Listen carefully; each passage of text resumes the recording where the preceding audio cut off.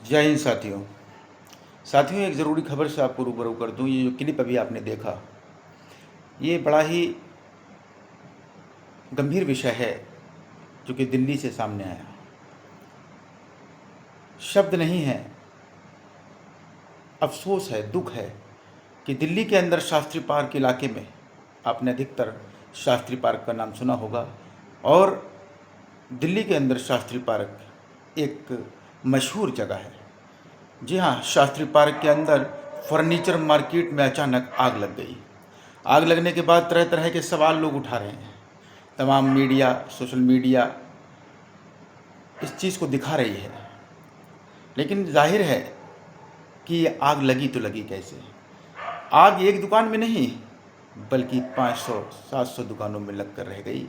और आग भी इतनी भीषण जो कि आप क्लिप में देख ही रहे थे। एक बार फिर उस क्लिप को आपको दिखाऊंगा, जो कि दिल्ली के, मैं राजधानी दिल्ली की बात कर रहा हूँ, दिल्ली के शास्त्री पार्क इलाके से ये सूचना निकल कर सामने आ रही है, लगातार सोशल मीडिया पर वायरल हो रही है। अचानक शास्त्री पार्क की फर्नीचर मार्केट में आग लग जाना। अब आग लगने के बाद जो वहाँ के लोग हैं, जो वहाँ की जनता है, ये मैं नहीं कह रहा हूँ, वहाँ की जो जनता है, जिनकी दुकानें हैं, जहाँ वहाँ के आसपास के जो लोग हैं, उनका ये साफ कहना है कि फायर ब्रिगेड की जो गाड़ी होती है, फायर ब्रिगेड की गाड़ी, वो 1.5 घंटे के बाद में मार्केट में पहुँची। वहाँ खड़े लोगों ने ये बताया कि एक ही दुकान में आग लग पाई थी, तभी फायर ब्रिगेड को फ़ोन कर दिया गया था, लेकिन कोई भी कर्मचारी नहीं आया। और 1.5 घंटे के बाद जब फायर ब्रिगेड की गाड़ियाँ आई, दुनिया भर के टीमें वहाँ आई, तब तक 400, 500, 600 दुकानें जलकर खाक हो चुकी थी और करोड़ों का नुकसान दिल्ली वासियों का हो चुका था। आप सोचिए, किसी ने कर्ज लेकर, किसी ने ब्याज पर पैसा लेकर उन दुकानों को खड़ा किया था। कई सालों से वो दुकानें चल रही थी, लेकिन अचानक से आग क्यों लग गई? बड़ा ही गंभीर मामला है। मैं सीलमपुर डीसीपी और साथ ही साथ दिल्ली पुलिस प्रशासन और दिल्ली सरकार से अनुरोध करता हूं कि इस मामले की जांच की जाए, क्योंकि ये कई परिवारों की ज़िंदगियां ख़राब होने का कारण बना है।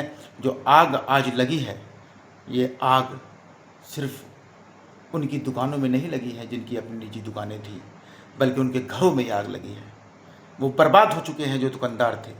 फर्नीचर मार्केट के अंदर एक एक दुकान जलकर खाक हो गई है। इससे पहले भी रमज़ानों में आपने देखा था, आग लगी थी इसी इलाके में, और अब फिर एक बार आग लगी है। और आग भी ऐसी कि आग की लपटें बाहर निकलकर साफ दिखाई दे रही हैं। इस मामले में जांच बहुत ज़रूरी है, क्योंकि किसी की रोज़ी रोटी, किसी का रोज़गार छिन गया, ख़त्म हो गया, सब कुछ ख़त्म हो गया। ये 2026 की ईद है, ईद उल अज़हा, बकरा ईद, वो ईद कम से कम 700 परिवारों की ईद पूरी तरह से गमगीन हो गई है।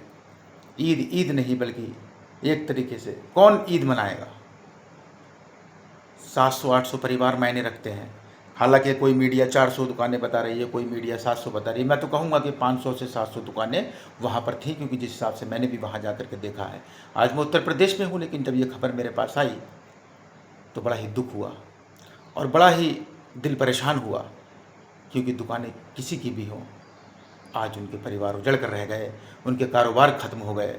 उन दुकानदारों की ज़्यादा से ज़्यादा मदद करे दिल्ली सरकार, और इस मामले की जांच की जाए। कहीं ये कोई साजिश तो नहीं थी, कहीं ये कोई षड्यंत्र तो नहीं था। इस मामले की जांच दिल्ली सरकार ज़रूर करे, यही मेरा आग्रह है। और साथ ही साथ मैं उन दुकानदारों से कहता हूँ कि अपनी हिम्मत बनाए रखें, ऊपर वाला सब देख रहा है, सब ठीक हो जाएगा। आप हिम्मत बना कर रखें, मेहनत में कसर न छोड़ें। बहुत बहुत शुक्रिया। आपका भाई राकिम खान, NR हेल्प न्यूज़ और दिल्ली क्राइम न्यूज़ पर आपको ये रिपोर्ट दे रहा था। जय हिंद, जय भारत। एक बार देखिए वो क्लिप आपके सामने, फिर से दिखा रहा हूँ, देखिए ज़रा।